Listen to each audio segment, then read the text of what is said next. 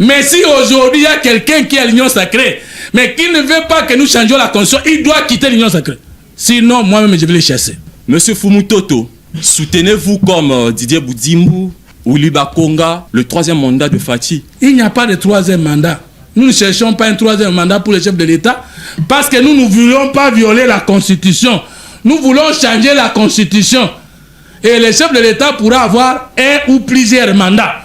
Tout comme nous pouvons changer la Constitution et le chef de l'État lui-même dit qu'il ne va plus se représenter. Nous, notre souci, c'est enlever l'esprit de Kabila, l'esprit de Kagame et l'esprit de coup d'État de Poutine dans cette Constitution. C'est ça ma préoccupation. On ne parle pas du 3e mandat ici. Nous parlons du changement de la Constitution. Est-ce que c'est clair? Le 3e mandat n'est ni dans cette Constitution, ni dans celle que nous aurons. Donc nous ne pouvons pas dire, nous nous battons pour que le chef de l'État fasse un 3e mandat. On ne peut parler du 3e mandat que si dans la Constitution que nous aurons, nous mentionnons que le mandat qui suivra est le 3e. Mais si le peuple nous fait grâce et que cette Constitution est annulée, le mandat du chef de l'État commence à 0, mais plutôt sa durée du pouvoir continuera à compter. Par exemple, le président s'assoit à Brazzaville. On peut dire qu'il a 40 ans au pouvoir. Mais on ne va pas lier ce mandat à une constitution, surtout à celle qui est décédée. C'est clair. Donc, moi, je soutiens le changement de la constitution, mais je ne soutiens pas un argumentaire selon lequel nous nous battons pour le 3e mandat. Non. Les mandats nouveaux du chef de l'État seront définis par la nouvelle constitution. S'il en aura 3, s'il en aura 4, pourquoi pas le faire? Nous allons le faire, nous pouvons le faire, mais que tout ce qui sera fait profite au peuple. Parlement des étudiants. Honorables parlementaires, distingués invités, chers collègues, nous déclarons ouverte la plénière du Parlement des étudiants de ces jours, à laquelle nous allons aborder d'un sujet d'actualité. Changement de la Constitution, pour quelle finalité? Pour en parler, nous recevons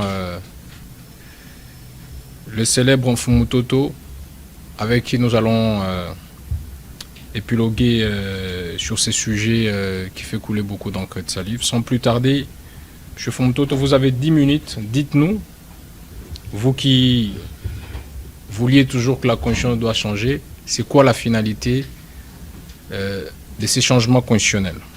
Après quoi, nous prendrons les questions de parlementaires. Merci beaucoup. Approchez le micro de vous, s'il vous plaît. Monsieur le Président du Parlement des étudiants. Les rediriger correctement. Voilà. Merci beaucoup, Monsieur le Président du Parlement des étudiants, pour la parole que vous avez bien voulu m'accorder en ce jour. Par rapport à cette question, je vais d'abord prendre le premier point. Avant de définir, d'abord je prends d'abord la définition. On ne peut pas être pour ou contre le changement de la Constitution si nous ne pouvons pas au préalable commencer par nous mettre tous d'accord sur les concepts constitution. Du verbe constituer, il s'agit là d'un processus d'acceptation d'une vision, d'une mission, d'un projet de société et d'un programme de gouvernance initié par soit un homme plus fort que les autres pendant un temps, soit par la compétition d'une élite, ou soit par le référendum populaire. Donc la Constitution ainsi pensée signifie un pacte républicain, un document d'État, le code même de l'existence. Si vous voulez autrement dit, je vais dire un compromis politique. C'est que la Constitution n'a jamais été une loi. Mais parce qu'il y a plusieurs sciences de l'État, quand le juriste vient la voir, ils lui parleront de ce que nous appelons le droit constitutionnel, c'est-à-dire le regard d'un expert en droit de la Constitution. Quand un sociologue vient le voir, nous allons parler de la sociologie constitutionnelle. Ça, c'est moi, Fumutoto, qui propose que les sciences politiques soient révolutionnées. Mais quand moi, le politologue, je viens la lire, je ne m'intéresse pas de l'aspect de la Constitution en termes de droit constitutionnel ou dans son regard juridique, moi je viens vérifier des choses. Soit la politologie de la Constitution, soit la politique constitutionnelle. Et dans la politologie de la Constitution, je veux voir est-ce qu'elle a été rédigée dans les normes des sciences politiques. Mais quand je vais porter plutôt un regard politique sur la Constitution, je vais voir à l'intérieur de la Constitution, elle cache quel homme politique, quelle vision d'État, quelle majorité au pouvoir et quel projet de société holistique pour un peuple. Donc, par rapport à tout ce que je viens de dire, si quelqu'un me dit qu'on ne peut pas changer la Constitution parce que le peuple ne sera pas d'accord, tout de suite, je vais dire aux étudiants que si dans un auditoire politicien, nous pouvons dire au monde que la Constitution est le document du peuple, ou que nous pouvons dire au monde que la démocratie est le pouvoir du peuple, mais dans un auditoire de sciences politiques, je ne peux pas, moi, me leurrer à distraire les étudiants en leur disant qu'il y a une constitution qui appartient au peuple. Donc il existe 3 types de constitution. Il y a la constitution octroyée. C'est la charte coloniale belge de 1879, si j'ai bonne mémoire. Non, de 18 octobre 1908. Je m'excuse beaucoup. C'est ça la première constitution de la République démocratique du Congo. C'est une constitution octroyée. Pourquoi alors on parle d'une constitution octroyée? Ça peut être une constitution décidée par un monarque, par un philosophe, par l'homme plus fort de son temps, qui, sans consulter l'élite, sans consulter la majorité de votants au niveau de la campagne référendaire, il nous donne une constitution. Lorsqu'on nous donna la loi, la charte coloniale belge, aucun Congolais n'était pas là et aucun Congolais n'a pu décider. Ça, c'est la première chose. Après cette première constitution, nous avons ce que nous avons appelé la loi fondamentale belge, 19 mai 1960. C'est aussi une constitution octroyée parce que l'élite congolaise n'a pas décidé et qu'il n'y a pas eu référendum. Nous venons de terminer la définition de la constitution octroyée. Maintenant, nous prenons la deuxième définition, c'est la constitution pacte. La constitution pacte, c'est la constitution de transition que nous avons connue de 2003 au 18 février 2006 en République démocratique du Congo, avant la promulgation de cette soi-disant constitution de la Troisième République. Ça veut dire que l'élite qui était présente à Sun City n'a pas été élue par le peuple. Les gens se sont choisis de leur propre manière parce que le pouvoir de Kinshasa n'a pas su mater la rébellion et que celle-ci n'a pas pu renverser le pouvoir. De cet échec mutuel, ils ont créé un draft de la Constitution qui n'a pas été soumis au référendum chez le peuple. Et nous aurons ce que nous appelons la Constitution pacte. C'est la Constitution de Sun City qui a précédé la Constitution du 18 février 2006. Maintenant, je vais arriver dans Maman Alikambo. On arrive à la Constitution du 18 février 2018, qui est tout sauf une constitution de la République. Et si vous voulez permettre, même en m'ajoutant 5 minutes, je voudrais avec les étudiants parler brièvement des nombres de constitutions que nous avons connues au Congo. J'ai parlé des 2. Maintenant, la République démocratique du Congo a été étouffée depuis le 19 septembre 1960 jusqu'à aujourd'hui. Il n'y a jamais eu une république au Congo et donc on ne peut pas parler de la 3e non plus de la 4e. Parce que la 3e constitution, c'est la constitution référendaire. Première constitution, la constitution octroyée. Deuxième constitution, c'est la constitution pacte. La 3e constitution, c'est la constitution référendaire. Et pour qu'il y ait une constitution référendaire qui est savamment la constitution du peuple, il faudra qu'il y ait un constituant républicain. Et le constituant républicain, c'est qui dans une république? Parce que n'oubliez pas qu'une république est une forme d'État ou d'organisation d'État dans laquelle le pouvoir émane du peuple. Le pouvoir est entre les mains de ce qu'on appelle les souverains primaires. C'est-à-dire tout pouvoir émane du peuple qu'il exerce directement par élection, par référendum, par vote ou par le trichement de ses dirigeants. Article 5 de l'actuelle Constitution. Mais le constituant républicain, c'est quoi? En sciences politiques, je ne parle pas de droit. Ce qu'on voit dans l'évolution politique normale d'une cité, un homme fait un coup d'État. Dans l'évolution normale d'une cité, un pouvoir renversé par une marche ou un mouvement populaire. Le pouvoir vient de tomber. Comment arrive-t-on à un constituant républicain? Ou bien, le Congo était un pays colonisé par la Belgique. La Belgique nous a donné des constitutions, la charte coloniale belge et la loi fondamentale belge. Maintenant, la loi fondamentale belge peut créer une république.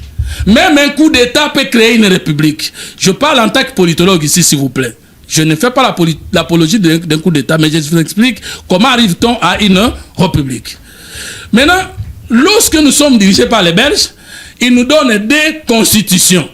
Comment allons-nous arriver à une république au sens propre du terme pour que le Congolais comprenne qu'il nous faut changer cette constitution, même si le président Tshisekedi n'est pas d'accord? Si nous voulons mettre fin au cycle infernal des coups d'État, au coup infernal des rébellions et des dialogues en plein mandat, parce que vous-même, vous voyez que cette constitution n'a pas créé un système politique. Et elle est incapable de maintenir un système politique. Quand nous sommes en plein mandat, l'opposition demande le dialogue pour trouver solution au problème de la cité. Ça existe où? En plein mandat, ce sont ceux qui sont au pouvoir qui ont l'obligation de répondre aux problèmes du peuple, oui ou non? En plein mandat, on n'a pas d'opposition armée dans une république. D'abord, le concept d'opposition armée n'existe pas dans une constitution. Mais lorsque vous voyez les gens qui sont frustrés, qui se font opposer armés, contrairement à la constitution, et qui après posent la question, il faut que nous puissions tuer combien de Congolais pour que Tshisekedi accepte le dialogue? Dans une république, tout peut exister sauf ça. Alors, comment on arrive? C'est que la loi fondamentale belge, dans son article 4, a dit ceci. Jusqu'au 30 juin, le Congo va marcher état déjà indépendant avec les lois et règles du gouvernement du royaume ou du royaume de la Belgique. Comprenez très bien, chers camarades. C'est là que le débat aura lieu. Il vous reste 3 minutes. Ok. Maintenant, qu'est-ce qui va arriver? L'article 4 de la loi fondamentale belge crée un constituant républicain. Ça signifie que le président de la République et les 2 chambres du Parlement forment le pouvoir constituant. Ça veut dire que les 3 vont créer une commission constitutionnelle. Et c'est le draft de la constitution proposée par la commission constitutionnelle qui va aller proposer la constitution définitive à venir chez le peuple. Maintenant, pourquoi nous disons que nous avons bien démarré? Parce que le président Kasavubu n'a pas fait coup d'État au royaume de la Belgique. Le président Kasavubu et le premier ministre Lumumba et les 2 chambres du Parlement ont été valablement élus par le peuple. En conséquence, vous avez tiré les conséquences.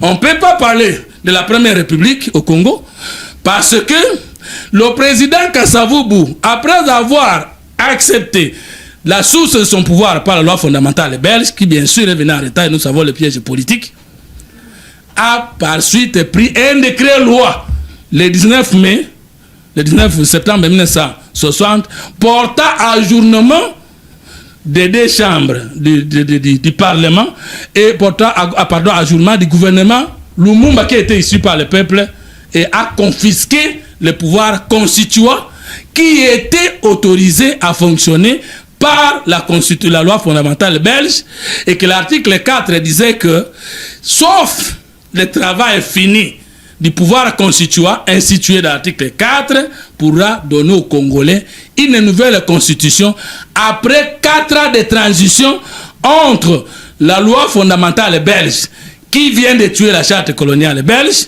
et la constitution, la première de la première république au Congo qui viendra dans les 5 ans ou après 4 ans. Suivez là où nous sommes morts. Le président Kasavubu, comme il savait qu'il n'avait pas la majorité au Parlement, qu'il n'avait pas la majorité aux assemblées provinciales et qu'il y avait un conflit avec le premier ministre Mumba, lui, il a pris un décret loi qui a tué la loi fondamentale belge et qui a anéanti le gouvernement issu du peuple et nous sommes partis pour la gloire. S'il vous plaît, je vais terminer le décor et vous allez récupérer la même ministre, s'il vous plaît. Mais monsieur le président, s'il vous plaît. Je suis dans le temps. Allez-y, droit au but au sujet et on évolue, s'il vous plaît. Dès là, nous allons organiser un référendum en 1964. Lequel référendum vient de tuer la loi qui crée le pouvoir constituant. Il n'y a pas première république avec Kasavubu parce que le référendum qui va venir était contraire à la loi fondamentale belge qui vient de décéder. Et nous aurons un deuxième référendum. Monsieur Fumutoto, aidez-nous à aller tout droit au but pour gagner le temps. Monsieur le Président, c'est si vous allez nous expliquer les républiques jusqu'à en arriver là. Mais dites-moi, comment on peut être pour ou contre le changement de la Constitution si on ne maîtrise pas l'histoire et la sociologie? Soit vous faites la synthèse, on est à 20 minutes. Bon, c'est ça le problème. Merci, soyez proactifs. Vous avez 2 minutes et on va chuter, s'il vous plaît. Alors, Mobutu organise un référendum au mois de juillet 1967. Mobutu n'a pas été au préalable élu par le peuple. Il n'avait pas qualité d'appeler le peuple au référendum. Donc, avec Mobutu, nous ne sommes pas à la deuxième république. Je saute parce que vous me demandez de résumer. Joseph Kabila arrive au pouvoir en 2001 à la suite d'un coup d'État. Et jusqu'au référendum de 2005, 18-19 décembre 2005, Joseph Kabila n'est pas encore élu par le peuple. Il était militaire au pouvoir. Mobutu a pris le pouvoir par la force. Il est mort par un coup d'État. Il n'a pas remis le pouvoir au peuple. Joseph Kabila a pris le pouvoir par la force et qui n'avait pas qualité d'appeler le peuple au référendum. Il n'y a eu que 2 possibilités pour le Congo d'entrer dans la logique d'une république. Si Joseph Kabila créait un référendum ou convoquait le peuple au référendum via une commission référendaire, après 2006, il est la première fois élu et en 2009, il est pour la deuxième fois élu. La deuxième personne qui remplit les conditions de convoquer le peuple au référendum, c'est Félix Tshisekedi-Antoine Tshilombo, qui a été en 2018 élu par le peuple et en 2023 de même. Donc si on dit qu'on ne peut pas changer la constitution, ça veut dire qu'on veut rester avec le Congo comme un royaume ou comme monarchie parce que nous n'avons jamais eu un constituant républicain et que nous n'avons jamais eu une constitution de la République. Alors nous avons connu 5 présidents de la République. Non, 6, même 7. Le roi des Belges avait sa constitution qui a été tuée par la loi fondamentale belge, appelée la table ronde. Le président Kasavubu a tué la constitution qu'il a trouvée.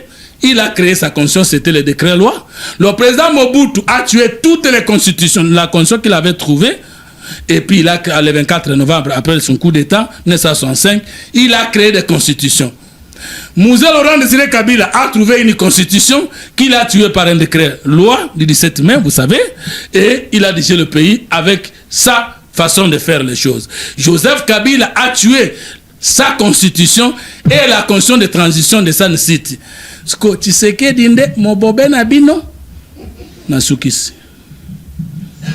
Alors moi, je veux revenir sur un élément. Vous savez, l'histoire, on ne la change pas. Dans votre narratif, c'est vrai, c'est pour soutenir votre autorité morale, mais l'histoire d'une nation doit être dans ses forces et dans ses faiblesses. Pourquoi vous crachez sur cette constitution, sur laquelle vous prétendez baser la légitimité des élections desquelles est issu le président de la République, tout en crachant sur elle, en crachant sur ceux qui ont eu le droit d'appeler au référendum? Vous dites une chose et son contraire. Soit on a une constitution, soit on ne l'a pas. Constitution républicaine, constitution du peuple, ça ne veut rien dire. Soit on a une constitution sur laquelle on fonde les institutions actuelles, soit on n'a pas de constitution. Qu'est-ce qu'on doit retenir finalement? Nous avons une constitution. Moi, je n'ai pas dit que nous n'avons pas de constitution. Quand vous dites Kabila n'avait pas qualité d'appeler le peuple au référendum, or, c'est cette constitution, c'est Kabila qui l'a initiée et le peuple a voté au référendum. C'est une constitution En ou pas? droit judiciaire, lorsqu'il y a vice de forme, on attaque le fond du dossier ou on fait quoi? Non, s'il vous plaît, M. Fumtoto, on n'est pas en droit judiciaire. On est en train de parler de l'histoire du pays. Je suis en train de répondre Est-ce à qu'il y a votre eu question. qui a fixé les dispositions et les règles à suivre pour aller au référendum, selon les théories que vous expliquez? Mais C'est fixé par qui? C'est pas la théorie, c'est la connaissance que les gens doivent découvrir. Pour qu'il y ait référendum, il faut qu'il y ait le pouvoir constituant. Il faut ensuite, je vais donner un élément. Mais vous pensez que toutes les conditions qu'on a, il n'y a pas de pouvoir il faut qu'il constituant? y ait une loi référendaire. Or, nous sommes invités au référendum avec Kabila en 2005, 12e mois, 18-19 décembre, et la loi référendaire est sortie après. Et les référendums qu'on avait organisés sans loi référendaire étaient fondés sur quoi? Dites-nous, ça veut donc dire que cette constitution ne vaut pas. On n'a pas de constitution Ça alors. Ça signifie doit être que- ça la conclusion claire. On n'a pas de constitution. alors. Non, on ne peut pas dire ça. Mais comment on peut, Je réponds. on peut refuser la légalité, la Monsieur le légitimité Président, et posez des questions, ne me posez pas le schéma de réponse. Suivez mes réponses, même si elles sont mauvaises d'après vous. d'accord. J'ai dit allez-y. ceci. Il y a 3 types de constitutions. La constitution octroyée par l'homme fort, c'est une constitution, mais octroyée. La constitution pacte, c'est-à-dire la constitution des belligérants, c'est la constitution que nous avons. Mais la constitution du peuple, il faut que ceux qui sont élus par le peuple puissent se présenter au peuple les drafts de la constitution. Or, Joseph Kabila n'a pas été au préalable, il était élu par le peuple avant d'appeler le peuple au référendum. Lui serait élu en 2006, à quel mois? Et le référendum a été entamé en 2005. Il n'avait pas l'étoffe d'aller vers le peuple. Mais si Joseph Kabila, après 2006, où il a été élu, que les élections soient bien organisées ou pas, ça s'appelle l'élection, ce n'est pas un coup d'État. Il a qualité, il remplit les conditions. Maintenant, si nous restons avec cette constitution, nous maintenons l'ADN des coups d'État, des rébellions et des négociations en cours de mandat. C'est un problème de la spiritualité de l'État ou des Sciences Po. C'est clair. Même de la théologie de l'État. Merci beaucoup. Je vais revenir sur le sujet changement de la constitution. Pour quelle finalité? Qu'est-ce que vous poursuivez en voulant changer la constitution? Une très bonne question. Le débat est biaisé. Je vais donner mon point de vue en tant que géniteur de la 3e voie. Le débat est biaisé lorsque les uns disent nous devons changer la constitution pour maintenir Tshisekedi au pouvoir. Le débat est biaisé lorsque les autres disent nous ne voulons pas qu'on change la constitution, c'est pour Tshisekedi. Non. En sciences politiques, il y a des théories. La théorie du changement de la constitution sans qu'elle ne profite à l'autorité en place qui l'a changée. Et la théorie du changement de la constitution au profit de celui qui est au pouvoir. Vous voyez qu'on ne veut même pas évoquer les théories de changement de constitution. Deuxième élément. Lorsqu'on ne veut pas montrer aux Congolais les faiblesses notables de cette constitution, et qu'on veut mettre le nom du chef de l'État, au lieu d'aborder d'abord la question dans sa quintessence, même ceux qui pensent qu'ils servent le chef de l'État ne le servent pas comme il faut, parce qu'il ne s'agit pas de défier les autres, il s'agit de faire comprendre aux uns aux autres, d'abord, doctrinalement parlant, pratiquement parlant, quelle est la nécessité pour le Congo de changer la constitution? Et je réponds. Monsieur le président des étudiants, du Parlement des étudiants, est-ce que l'Afrique est développée avec les présidents qui se sont maintenus longtemps au pouvoir? La réponse est, jusque-là, non. Est-ce que vous connaissez un seul pays de l'Afrique qui est développé avec la tenance démocratique de 5 à 10 ans de plusieurs présidents à la tête d'un pays? Non. Est-ce que notre débat devait être qui sont pour, qui sont contre? Nous devrions nous poser des questions. Quel est le système politique pour l'Afrique qui pourra nous répondre, nous permettre de répondre aux problèmes de notre société? Est-ce que la démocratisation de l'Afrique a résolu les problèmes de l'Afrique 30 ans après? Je vais poser autrement la question. Est-ce que partout les gens se sont à travers le monde maintenus au pouvoir à plusieurs mandats, le peuple ne s'est-il pas retrouvé? Poutine a changé sa constitution, les constitutions de son pays, il est au pouvoir. Est-ce que le peuple russe est sous-développé? Et je pose la question à ceux qui ne sont pas d'accord. Si aujourd'hui, nous maintenons Félix Tshisekedi au pouvoir et que dans les 10 ans qui arrivent, le Congo est un pays hyper en voie de développement, nous aurons péché. Autrement dit, les Belges, lorsqu'ils ont accepté que le pouvoir du roi soit à vie, ils n'ont pas aussi besoin d'avoir des chefs d'État et le royaume de la Grande-Bretagne. Est-ce que le problème, c'est le fauteuil du chef de l'État? Est-ce que dans 10 ans, tout le monde sera chef de l'État? Moi, je crois que le faux débat, c'est celui-là. Qui sont pour, qui sont contre. Mais aujourd'hui, notre constitution a démontré ses limites dans beaucoup d'aspects. Lorsqu'on exige, en fait, c'est que les dialogues aujourd'hui avec l'opposition, quelqu'un peut se lever pour poser la question à Martin Fayoul, après Sepenge, à Délice Sanga, donnez-nous la référence constitutionnelle qui recommande un dialogue entre l'opposition et le pouvoir en plein mandat. Il va vous donner ça.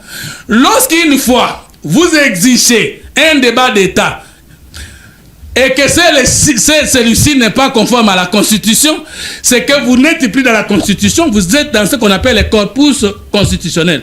Et lorsqu'on est dans le corpus constitutionnel, on n'est plus dans la Constitution, on est dans le système politique. Merci beaucoup. Et lorsque le document constitutionnel qui est là ne garantit pas un système politique stable, on change le texte et on l'adapte aux réalités. Parfait. M. Fumutoto, je voudrais que vous puissiez nous donner 2 exemples. Ouais. Des exemples de faiblesse de l'actuelle constitution et vos propositions en force. La première faiblesse de cette constitution, c'est qu'elle a laissé la porte ouverte à son changement. Et qu'il n'y a pas une disposition de cette constitution qui nous interdit de la changer, même pendant la guerre. Parce que l'article 218 dit aucune révision constitutionnelle ne peut intervenir pendant l'état de siège, pendant l'état d'urgence ou pendant l'intérim à la tête du président. Est-ce que quand nous voulons le changer, maintenant là, nous l'Union sacrée, moi Fumutoto, parce que n'oubliez pas, j'avais dit ceci. Si l'Union sacrée n'aide pas le chef de l'État à changer la constitution, je vais quitter l'Union sacrée. Et maintenant je dis ceci. S'il y a quelqu'un de l'Union sacrée qui existe avec nous, qui ne veut pas changer la constitution, il va quitter l'Union sacrée. Vous avez compris ce que j'avais dit? Si l'Union sacrée n'aide pas les chefs à changer la constitution, je quitte l'Union sacrée sans quitter les chefs. Mais si aujourd'hui il y a quelqu'un qui est à l'Union sacrée, mais qui ne veut pas que nous changions la constitution, il doit quitter l'Union sacrée. Sinon, moi-même, je vais les chasser. Moi, en tant que Fumutoto, je ne parle pas en tant qu'envoyé de qui. Je n'ai pas pouvoir au Benga. Parce que je n'ai pas motema nanga aux insultes. Attends, revenons, 2 dispositions. S'il vous plaît, j'ai parlé des dispositions faibles qu'il faut renforcer. Ferme, c'est qu'elle n'a jamais interdit. Non, ça, ce n'est pas une disposition. Citez une disposition qui existe, qui enferme une faiblesse, et vous dites, nous, à la place, nous allons proposer que ça soit ça dans la nouvelle constitution. Je vais arriver, je sais comment je vous provoque, parce que vous me posez des questions, vous me provoquez. On se provoque, on se connaît. J'ai dit ceci. Avançons. La première chose, c'est qu'elle n'interdit aucunement son changement. Mais ça, c'est une abstention, ce n'est pas une disposition. Non, c'est là on je vais donner la disposition. Okay. Article 5. Toute souveraineté repose sur le peuple. Tout pouvoir émane du peuple. La souveraineté nationale appartient au peuple. Conséquence. Si le peuple dit qu'il veut changer la constitution, est-ce que le peuple est sous sa constitution? Cette constitution a commis la grosse erreur de donner sa souveraineté à son peuple, alors qu'elle peut mourir, le peuple congolais ne mourra pas. Alors, si l'opposition ne veut pas que nous la changions, le pouvoir ne veut pas que nous la changions, nous allons consulter le peuple, et s'il dit oui, par référendum, nous la changeons. Maintenant, les dispositions. Est-ce que vous comprenez votre question? Je réponds. L'articulation. Cette constitution n'a jamais dit qui est congolais. Je vous ai demandé 2 dispositions. Vous citez la disposition qui existe, qui est faible, et vous proposez la réforme en force. Ne dites pas ce qui n'est pas dans la Constitution, dites ce qu'il y a que vous voulez réformer. La République démocratique du Congo est dans ses frontières du 30 juin 1960. Un État de droit, indépendant, souverain, uni, indivisible, social, démocratique et laïque. Qu'est-ce que ça veut dire? Rien du tout. Dites-nous, vous proposez quoi? Mais c'est là. Mais mon frère, il est étonné. Et c'est quoi ça? Je commence à vous donner après, j'explique. Je prends l'article 220. Non, allons-y article par article. Les gens vont se perdre. En commençant par cet article-là, votre proposition en réforme, c'est quoi? Nous sommes quoi? Vous voulez qu'on soit quoi? Dites-nous, ça c'est ce qui est prévu. Mais Nous non, sommes un royaume ou une république. Non, l'exercice Mais est c'est simple, s'il vous plaît. C'est assez pédagogique. Vous avez lu l'article. Dites-nous, voilà ce qui est dit aujourd'hui. Nous, ce qu'on va proposer, c'est ça. Proposez-nous la valeur ajoutée que vous allez apporter à cette disposition-là. La République démocratique du Congo est un État des Congolais. J'ai changé, non? Ça sera ça les changements que vous allez proposer? Mais la République démocratique du Congo appartient à qui? Aux Congolais. Qui sont Congolais? Mais allez prendre l'article 10 de la Constitution. Un Congolais d'origine. Vous serez étonné, non, il faut qu'on attende, de trouver que les gens qui se prétendent prendre les armes pour attaquer le Congo, ils n'ont même pas le droit de la nationalité d'origine au Congo. Et cette constitution a vidé les fonds de qui est Congolais d'origine et du contraire. Il faut la changer. La disposition encore la plus pertinente. L'article 5. Toute souveraineté appartient au peuple. Aucune constitution ne peut être acceptée au Congo si elle ne provient pas d'un référendum issu des élus du peuple. Ça sera ça la reformulation. Mais c'est ça. Parfait. Parce que Kabila n'a pas été élu par le peuple. On va Il nous a donné sa constitution. Si nous ne la tuons pas, nous allons rester avec l'esprit de Kabila et nous continuons à prendre les armes contre le Congo. Parfait. Je veux renchérir et puis on va prendre le parlementaire. Vous pensez que si on change ces dispositions-là, le Congo va aller mieux qu'aujourd'hui? Oui. Prenons la disposition sur la souveraineté du peuple et la nationalité. Si vraiment on changeait ça, vous pensez que le Congolais ira mieux qu'aujourd'hui? Ce qui se conçoit bien, c'est non, c'est bien. Et les mots pour le dire tombent aisément. Vous pensez que si vous êtes bloqué au niveau de l'esprit, vous pouvez développer votre corps? Non. S'il y a une constitution qui ne provient pas du peuple, il n'a pas l'esprit du peuple. S'il y a une constitution qui n'appartient pas aux Congolais, il est au service des autres. Il faut libérer d'abord le Congo de l'emprise spirituelle d'une constitution non conforme à notre ADN culturel. C'est fondamental. C'est une constitution des belligérants. Mais la constitution doit provenir des élus du peuple. Personne ne peut proposer un draft de la constitution si au préalable il n'a pas été élu par le peuple. Mobutu n'a jamais été élu par le peuple. Joseph Kabila, avant de nous convoquer au référendum, n'a jamais été élu par le peuple. Comment voulez-vous que nous puissions cimenter la République de l'argent lorsque nous avons tué la République de l'esprit? Non, nous sommes tout à fait d'accord avec vous, mais j'ai l'impression que on n'est pas factuel. La République fait face à beaucoup de problèmes, autant spirituels que matériels. Est-ce que si vous changez les dispositions, les fonctionnaires vont être payés à temps, il n'y aura plus de détournement des deniers publics, il n'y aura plus de corruption, il n'y aura plus les tribalismes, les clientélismes? Est-ce que c'est vers ça la finalité, ou vous nous vendez juste un concept imaginaire, spiritualité, délivrance, et finalement c'est les mêmes cycles qui vont continuer? Je vais terminer, Monsieur le Président. Vous me Allez-y, de répondre à une bonne question. Je continue à énumérer les références. Lisez-nous cet article de la division. S'il vous plaît, répondez à ma question. Je réponds à votre question. Oui. Les poissons pourris par la tête. La Constitution saccage en Suisse par son peuple lorsque son esprit n'est pas du peuple là. J'ai déjà répondu à cette Constitution, à cette question. Je vous donne une disposition. C'est l'article 90 de la Constitution, alinéa 3. La composition du gouvernement doit tenir compte de la représentativité nationale. Qu'est-ce que ça veut dire? Qu'est-ce que vous allez proposer? La représentativité nationale ici, c'est quoi? Non, vous proposez la réforme, qu'on en discute. Vous La allez République dire démocratique du Congo est composée de 25 provinces plus la ville-province de Kinshasa. Souvent, quand il y a un gouvernement, vous entendez les gens dire les Sankou ne s'est pas retrouvé. C'est le régionalisme ou pas? Mais cette constitution qui combat le régionalisme dans son préambule qualifie la représentativité nationale de la représentativité des provinces. Ce sont des gemmes de division ou de l'unité? de l'unité, je pense. Nous allons dire demain, la composition du gouvernement doit tenir compte de la présence des forces politiques et sociales. Et ça va changer quelque chose. Oui, mais parce qu'en France, on compose le gouvernement entre les socialistes, les libéraux, la troisième voie. On ne connaît pas les provinces. Comment on veut être une république, mais qui récompense les gens en termes de leur province, alors que nous combattons le régionalisme? Ok, d'accord, merci beaucoup. On va prendre la question. Il y a beaucoup à dire sur cette constitution des belligérants.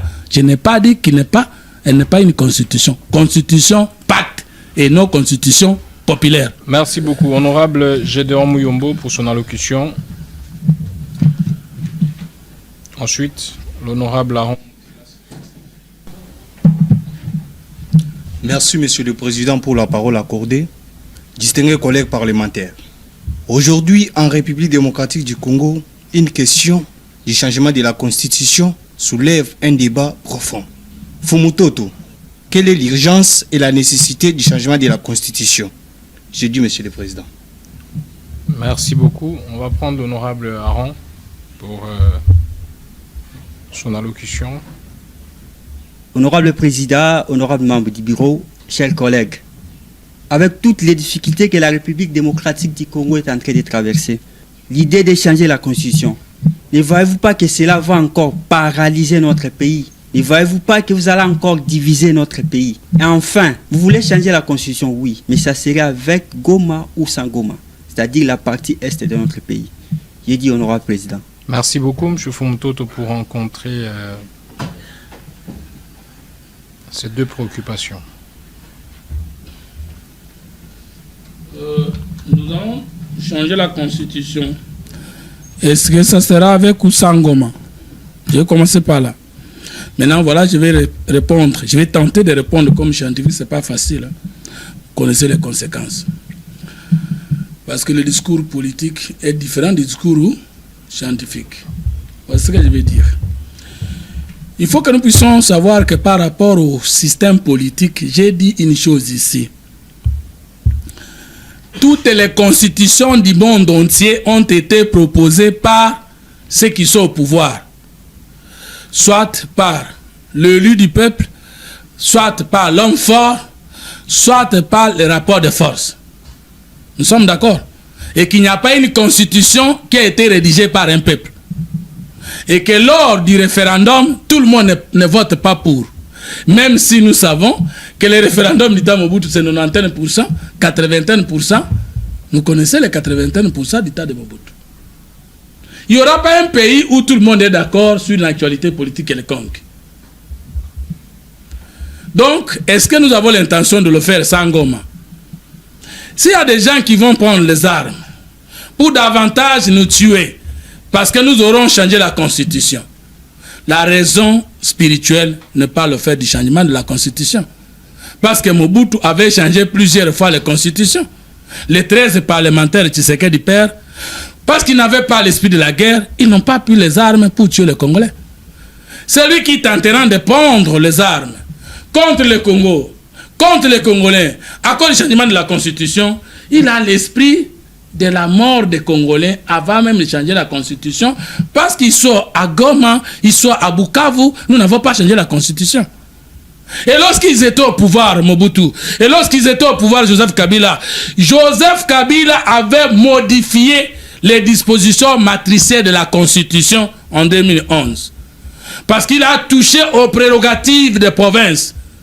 Depuis cette modification de la Constitution, jusqu'à aujourd'hui, les ministres ou les VPM de l'intérêt peuvent suspendre un gouverneur. Vous vous souviendrez avec moi que Joseph Kabila avait révoqué José Makila de ses fonctions de gouverneur. Alors que d'après la Constitution, aucune réforme ne peut toucher aux prérogatives des provinces et des entités territoriales décentralisées. Parce que chaque province a des organes. Un organe délibérat, d'où vient le gouverneur et le vice-gouverneur, d'où peut partir le gouverneur ou le vice-gouverneur, sauf en cas de démission. En quelle qualité Kabila a-t-il créé des commissaires spéciaux s'il n'a pas violé les dispositions verrouillées de la Constitution? J'étais à l'opposition. Félix Tshisekedi Antoine Tshilombo, aujourd'hui, chef de l'État, était à l'opposition. Comme nous n'avions pas la spiritualité de la mort des Congolais, avons-nous décidé de prendre les armes? En 1970-72, Mobutu, en changeant la Constitution, a fait de l'Impère une institution suprême au-dessus du gouvernement du Parlement. Tshisekedi père était docteur en droit à cette époque-là. Ne comprenait-il pas le danger? Il a continué à prôner la non-violence. Est-ce que si nous changeons la Constitution, vous aussi les étudiants, vous allez prendre les armes pour tuer les Congolais? Et lorsque vous allez prendre les armes pour tuer les Congolais, ce sont ces Congolais-là qui auront changé la Constitution? C'est absurde. Maintenant, voici... Est-ce que vous voulez dire que vous engagez un bras de fer tout en interdisant aux autres de ne pas recourir aux armes? Voici les préalables pour vous raconter. C'est que nous, du pouvoir, je conseille que nous ne puissions pas être arrogants. Je conseille que nous puissions comprendre les autres. Parce qu'après 32 ans de dictature, tous nous sommes inscrits dans la logique de la démocratie, où nous savons que si je ne suis pas du pouvoir pendant 5 ans, on attend les élections qui vont venir, il y aura des changements, je peux me repositionner. Songeons, non seulement nous les jeunes politiques, mais au papa de 75 ans. Il n'est pas de l'union sacrée. Mais on lui dit qu'on va changer la constitution, le président va se maintenir. Sa question c'est que ce n'est même pas une question du peuple, son sort politique. Il doit rejoindre l'union sacrée ou pas. Ça se fait comment? Je propose de la manière suivante. Lorsque nous voulons changer la constitution, moi mon souci de voir Tshisekedi se maintenir au pouvoir, ça se fait comment? Il faut savoir que lorsque nous voulons nous maintenir au pouvoir, nous ne voulons pas détourner le peuple, parce que le peuple n'a jamais été président de la République, n'a jamais été député. C'est que nous voulons priver à nos adversaires politiques la possibilité de devenir chef de l'État pendant tout le temps que nous allons nous maintenir au pouvoir. Alors ça se fait comment? On doit créer un système politique qui va faire en sorte, comme en Chine, le Parti communiste chinois a privé les autres Congo chinois qui ne sont pas de ce parti-là la possibilité de devenir chef de l'État. Mais ils ont institué un système politique qui permet à chaque intelligence de contribuer au développement du pays. D'où le chef de l'État va faire quoi? Il va réformer l'union sacrée. Soit à la Tchiwa et de sa résurrection, nous aurons l'ouverture politique, soit à la fécondation davantage pour que les autres Congolais qui ne sont pas avec nous à l'union sacrée et qui ont de l'intelligence pour contribuer au bon développement du pays nous rejoignent. En ce moment-là, on a un système comme en Chine. Moi, je plaide pour que nous puissions dépopulariser les débats politiques au Congo. Tout le monde ne peut pas choisir le chef de l'État. Tout le monde ne peut pas participer au secret d'État. Ça se fait en Chine, en Iran et dans beaucoup de pays du monde. Regardez les peuples iraniens. Ils ont un esprit. Mais malgré ça, ils continuent à se battre. Ça, c'est la spiritualité de la politique. Est-ce que notre pays doit être déchiré parce que je ne suis pas chef de l'État? Ou bien notre pays doit se dire, mais ceux qui ne sont pas d'accord avec nous, si nous nous mettons au pouvoir, leurs initiatives, leur intelligence, comment seront-elles canalisées? Si on ne pose pas cette question, on risque de penser qu'on est fort pour tout le temps. Non. Et si on se mettait au pouvoir et qu'on ne résout pas pendant les métiers au pouvoir les problèmes du peuple, qu'est-ce qui va arriver 30 à 40 ans après? Moi, je voudrais qu'on change la constitution, mais je voudrais plus que nous puissions raisonner quel est le système politique que nous allons mettre en place avant, pendant et après le changement de la constitution pour permettre aux Congolais tous de trouver un noyau de contribution pour le développement national. Donc, le changement de la constitution n'est qu'une introduction, selon moi, de ce qui va nous amener à ce que nous allons faire pour sauver le Congo. Maintenant, mon ami dit, mais c'est Fumutoto, Tokabwani, parce que vous venez de quitter les droits chemins. Non! La fin justifie les moyens. Si nous ne changeons pas la constitution et que le peuple ne se retrouve pas, on n'a rien fait. Si nous changeons la constitution et que le peuple va se retrouver, nous avons bien fait. Un homme politique, on l'appelle décideur. Il n'y a pas de décision politique populaire. Toutes les décisions politiques sont impopulaires. Pourvu que de cette contestation, que la fait justifie les moyens, c'est-à-dire le peuple se retrouve.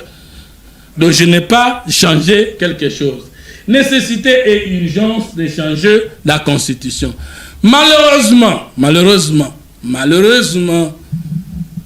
quand nous prenons l'article 218 de la constitution, 219 de la constitution, il est clairement dit: l'initiative de la révision constitutionnelle appartient concurremment au président de la République, aux membres du gouvernement, aux membres du Sénat et de l'Assemblée nationale, ou à une fraction de 100 000 signatures des Congolais. À qui le pouvoir d'apprécier l'urgence et la nécessité? C'est la personne qui initie la pétition, son chef de l'État, son membre du gouvernement, délibéré en Conseil des ministres, ou sa ligne des deux chambres du Parlement. Il faut qu'on enterre cette question de poser la question: est-ce que c'est urgent? Est-ce que c'est nécessaire? C'est dans l'appréciation plutôt de ce que le pouvoir de le faire. Moi, j'ai même ma signature à disposition de celui qui viendra passer devant moi avec sa pétition. Mais, Monsieur Fumutoto, les mêmes dispositions que vous évoquez, sur lesquelles vous vous fondez, disent déjà pour la révision que la révision ne peut pas se faire sous état de siège. Nous sommes en état de siège. Est-ce que c'est un débat opportun?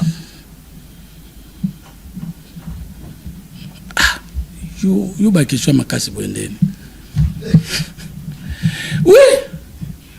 Ne confondons pas l'état de guerre, l'état de siège et l'état d'urgence. Non, il n'y a pas de confusion. Nous sommes en état de siège. J'arrive. Renouvelé, je crois, chaque Est-ce que nous avons la vocation de rester dans l'état de guerre, de siège ou d'urgence pour toujours? Nous pouvons finir cette guerre lundi et changer la constitution mardi. Non, vous ne répondez pas à ma question. Ça, mais j'ai répondu. C'est assez simpliste comme réponse, Monsieur Fumutoto. Mais président, nous sommes dans l'état de siège. Vous pensez on ne peut pas changer la constitution. S'il vous plaît. Si nous battons ces ennemis du peuple congolais, nous n'avons plus le pouvoir de changer la constitution. Est-ce que vous pensez que c'est par bâton magique que vous allez lever l'état de siège pour changer la constitution? Vous pensez que c'est par bâton magique? Et vous Ça fait combien d'années qu'il y a l'état de siège en RDC? Et vous pensez que nous, on a intérêt que ces gens demeurent éternellement chez nous? Première question. Deuxième question. Je vous contredis par votre propre disposition. Est-ce que cette disposition nous interdit de modifier toute la Constitution pendant l'état de siège? Elle vous autorise quoi? Cette disposition nous interdit de réviser. Mais pas d'échanger. Non, écoute, les nuances sont détaillées. Allez-y. Vous avez évoqué l'article 219. Aucune révision ne peut intervenir pendant l'état de guerre, l'état d'urgence ou l'état de siège, ni pendant l'intérim à la présidence de la République, ni lorsque l'Assemblée nationale et le Sénat se trouvent empêchés de se réunir librement. Mais il n'y a aucune disposition qui nous dit que pendant l'état de guerre, pendant l'état de siège, pendant l'état d'urgence, pendant l'intérim à la présidence, on ne peut pas modifier la Constitution. Nous parlons du changement de la Constitution. Nous ne parlons pas de la révision de la Constitution. S'il vous plaît, réfléchissons un peu avec le bon sens. Si pour la révision, si pour la révision on refuse, quand sera-t-il pour le changement? Nous sommes suspendus jusqu'à la fin de l'état de siège. Si pour les changements, il n'y a aucune condition qui nous interdit de le faire. Non, la question est là. S'il vous plaît, Monsieur Fumutoto, s'il vous plaît. Allez-y. Je dis ceci, avec un peu de bon sens. Si pour la révision... Monsieur le Président, je n'ai pas le bon sens. Parce que je soutiens les changements de la Constitution. Non. Ah, je suis l'un des là. La tolérance. Je suis l'un des là. J'ai dit qu'on réfléchisse sur la question avec de bon sens. C'est-à-dire que ça veut dire que vous ne cherchons pas la disposition. Non, ne cherchons pas le bon sens. Allez-y. Je retire le mot bon sens. Okay. Réfléchissons un peu. Ouais. Si pour la révision, on refuse qu'en état de siège, état de guerre et tout ça, qu'on ne revise pas, a fortiori, changer la Constitution. Ce qui n'est pas interdit. Je peux aussi dire être autorisé ou non. Comme la Constitution ne nous interdit pas de la changer pendant l'état de siège, et que nous ne disons pas que nous allons la réviser pendant l'état de siège, automatiquement, on ne peut pas nous opposer à cette disposition, non pas du changement de la Constitution. Merci beaucoup. Honorable Paradis pour son allocution, on va chuter. Honorable Président, honorable membre du bureau, chers collègues parlementaires, je tiens à saluer la hauteur de vue de notre invité qui ouvre le débat de belle façon. Parfois, la hauteur de vue fait perdre le contact avec le sol. Ce que j'essaye de dire, Monsieur Fumutoto, revenez sur terre. Monsieur Fumutoto, soutenez-vous comme Didier Boudimou ou Libakonga le 3e mandat de Fati? Merci, Président. Merci beaucoup. Monsieur Fumutoto, rencontrer cette question et on va chuter. On ne peut pas passer à la télé pour dire Ti n'a 3e mandat. Non. Ni cette constitution que nous voulons changer, ni celle que nous allons avoir si nous réussissons à la changer, n'est pas parler du 3e mandat du chef de l'État. C'est clair? Non. La constitution en cours parle de 2 mandats. C'est-à-dire le mandat du chef de l'État est de 5 ans, une fois renouvelable. C'est 2 mandats, non?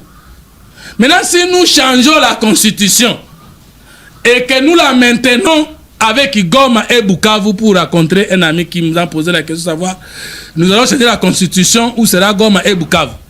Parce qu'il y en a qui disent, si nous changeons la constitution, le Congo sera balkanisé.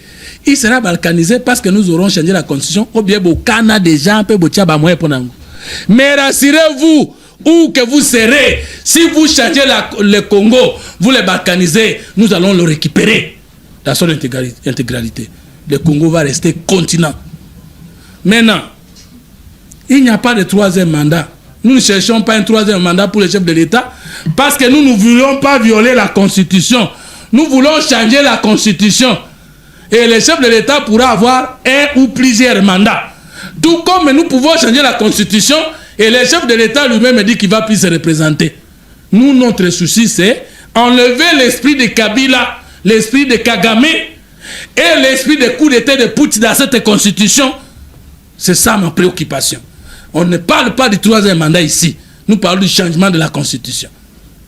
Est-ce que c'est clair?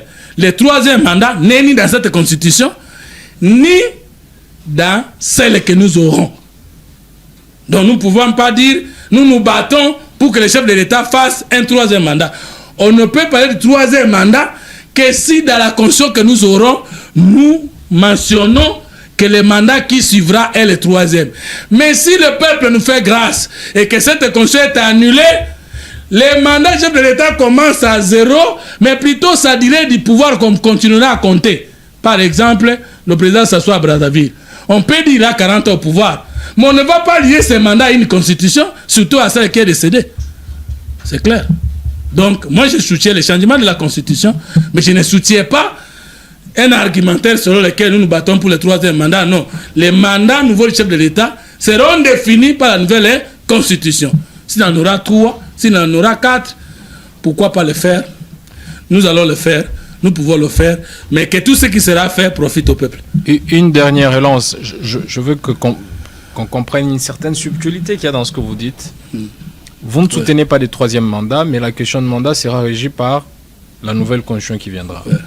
Est-ce que c'est envisageable que si vous changez la constitution, que le président de la République actuelle, ou que celui qui aurait déjà épuré 2 mandats, se représente? Mais est-ce que dans vos options, c'est élevé? La Constitution qui dit que un président de la République ne peut pas faire consécutivement plus de 2 mandats est décédé. Par exemple. Parce que j'ai l'idée que nous réussirons. Maintenant, en vertu de quelle autre constitution vous allez juger le mandat du chef de l'État, sinon qu'en vertu de la nouvelle qui est déjà en vigueur? Moi, je vais dire ceci. Je crois que vous avez compris ma nuance. Je vais maintenir le chef de l'État au pouvoir, mais je ne me bats pas pour son 3e mandat. C'est pas clair?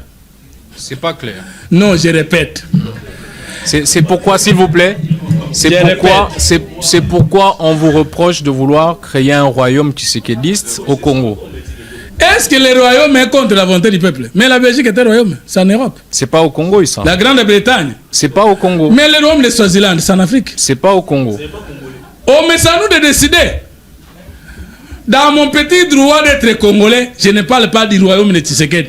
Je parle de maintenir Tshisekedi tant que Kagame sera là et continuera à agresser le Congo. Ah bon? Mais comment vous pouvez avoir le droit de refuser ça, nous reconnaître, nous le droit d'accepter? Les mandats de président de la République en RDC est en rapport avec le mandat au Rwanda. Mais on C'est ne peut devenu un pas changer référentiel. un guerrier pendant la guerre. Ça, c'est notre point de vue. Mais est-ce que nous voulons les maintenir avec son troisième mandat? Non. Nous voulons les maintenir avec la nouvelle constitution qui déterminera la suite de ces mandats. Merci beaucoup. C'est clair, hein? Merci beaucoup. Merci, M. Fumutoto. Tolérance, s'il vous plaît, on va chuter. Merci de nous avoir entretenus sur ces sujets.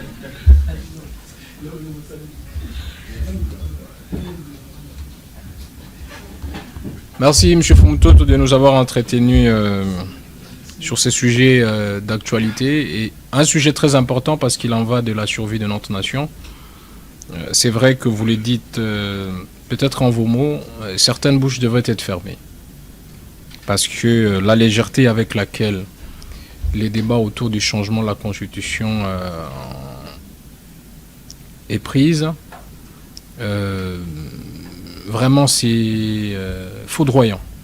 On parle de la refonte d'une nation, mais en train de rigoler, en train de s'amuser, en train de vociférer, et sans perspective concrète. Ça, c'est s'amuser de l'avenir de toute une nation. Il faudra peut-être que les autorités de l'Union sacrée prennent la mesure nécessaire pour encadrer ces débats afin d'éviter tous les abus éventuels. Quant à nous, nous resterons à vous, chers téléspectateurs, pour vous offrir les échanges et les analyses quant à tous ces sujets d'actualité. Plus rien n'étant à l'ordre du jour, la plénière est levée.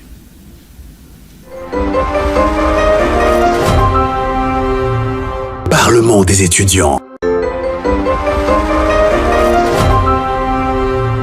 Parlement des étudiants.